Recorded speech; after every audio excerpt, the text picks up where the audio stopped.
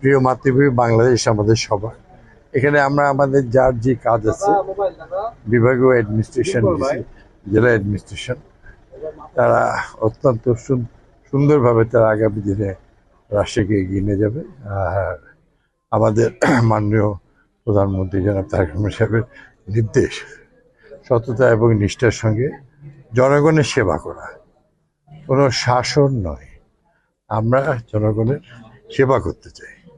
তো সেইভাবে ইনশাল্লাহ, এটা কেবল তো শুরু, আপনাদের সঙ্গে কথা হবে ইনশাল্লাহ।